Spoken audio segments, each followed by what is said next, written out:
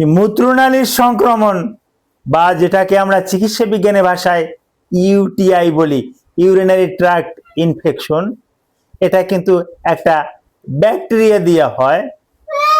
ব্যাকটেরিয়াটার নাম ইশিরিয়েশিয়া কোলাই, যেটাকে আমরা সংক্ষেপে ইকোলাই ইকোলাই নামক একটা ব্যাকটেরিয়ার মাধ্যমে এটা হয়, এটা বলে থাকি। এটা যে কোনো বয়সে হতে পারে, তবে ছোট ছোট বাচ্চাদের একটু বেশি বেশি হয়। আর আরেকটা গুরুত্বপূর্ণ বিষয়, ছেলেদের তুলনায় মেয়েদের এই ইউটিআইটা একটু বেশি হয়, কারণ অ্যানাটমি দিক থেকে মেয়েদের ইউরেথ্রাটা পুরুষদের তুলনায় কিন্তু অনেকটা ছোট। কতটা ছোট, কিভাবে কি, এই বিষয়ের উপরে কিছু আলোচনা করব। জি, আসসালামু আলাইকুম রহমতুল্লাহ। আমি ডাক্তার মীর শহীদুল ইসলাম। আমার চেম্বার শুভেচ্ছা 255, ঐতিহ্যবাহী শেখঘাট, সিলেট। যে কোনো একটা সার্চ ইঞ্জিনে ডাক্তার মীর শহীদুল ইসলাম কথাটি লিখে সার্চ দিলে আপনি আমার সম্পর্কে বিস্তারিত তথ্য পেয়ে যাবেন। দর্শক শ্রোতা, আলোচনা করব ইউটিআই বা ইউরিনারি ট্র্যাক্ট ইনফেকশন, বাংলা যাকে মূত্রনালীর সংক্রমণ বলে, এটা নিয়ে আলোচনা করব।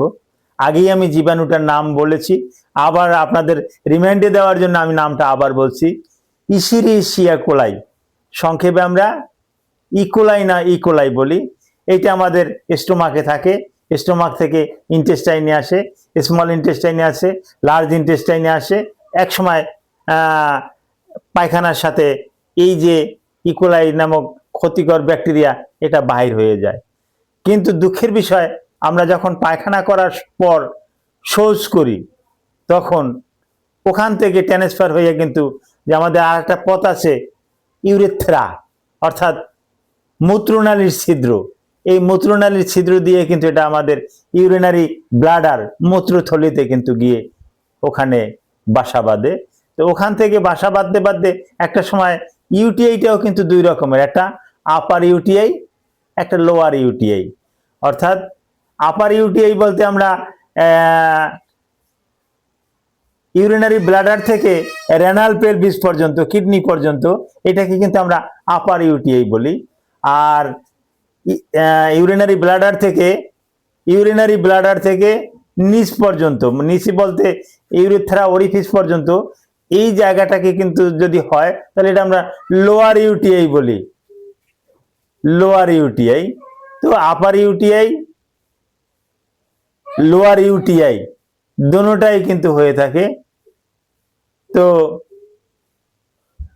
বিশেষ করে মেয়েদের ক্ষেত্রে আমরা একটা জিনিস শিখিয়ে দেই, বিশেষ করে পায়খানা করার পর তারা শৌচ করার সময় হাতটা যেন পিছন দিক দিয়ে ব্যবহার করে এবং সামনের দিকে যাতে হাতটা না আনে, সামনের দিকে যেন হাতটা এভাবে না আনে, অর্থাৎ একবারই যেন এই এই এনাসে হাত দিল, এই এনাস থেকে এভাবে পিছনের দিকে টেনে নিয়ে আসবে, তাহলে ওখানে যে জল থাকবে, পানি থাকবে, এতে কিন্তু এটা উপরের দিকে কিন্তু উঠতে পারবে না।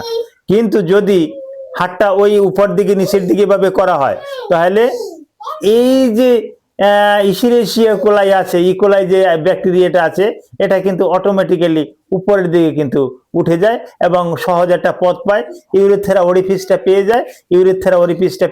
পেয়ে যাওয়ার পর ও অটোমেটিক্যালি ঢুকে যায়, লক্ষ ঢুকে যায়। হ্যাঁ, যেটা আমরা পেশাবের যখন আর এর পরীক্ষা কি, পরীক্ষা পরে আসছি, এর লক্ষণ কি, পেশাবে জ্বালা পোড়া করবে, তলপ্যাডে প্রচন্ড বেদনা করবে, বয়স্ক হোক ছোট হোক সবাই একটু কান্না ভাব থাকবে, প্রচন্ড বেদনা থাকবে, হ্যাঁ, শরীরে জ্বর থাকবে, শরীরটা দুর্বল লাগবে, ক্ষুধামন্দা থাকবে, খেতে ইচ্ছে করবে না, এই গেল লক্ষণ। আর এটা হলে পরীক্ষাটা কি করা হবে? জি, পরীক্ষার ভিতরে routine examination, urine for RA, এই রুটিন এক্সামিনেশনে ইপিথেলিয়াল সেল এটা বেশি থাকবে।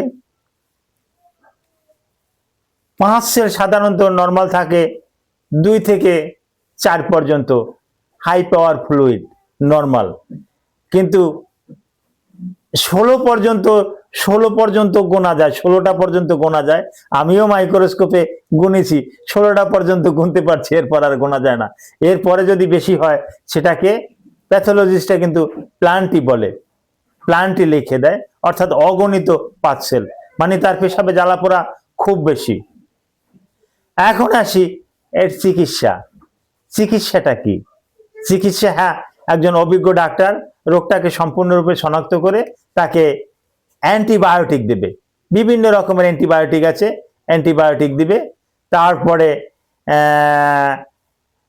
সাইট্রিক অ্যাসিড, পটাশিয়াম সাইট্রেট এই জাতীয় সিরাপ আছে, এটা জলের সাথে মিশিয়ে এটা যদি খাওয়া হয় তাহলেও খুব ভালো একটা রেসপন্স পাওয়া যায়।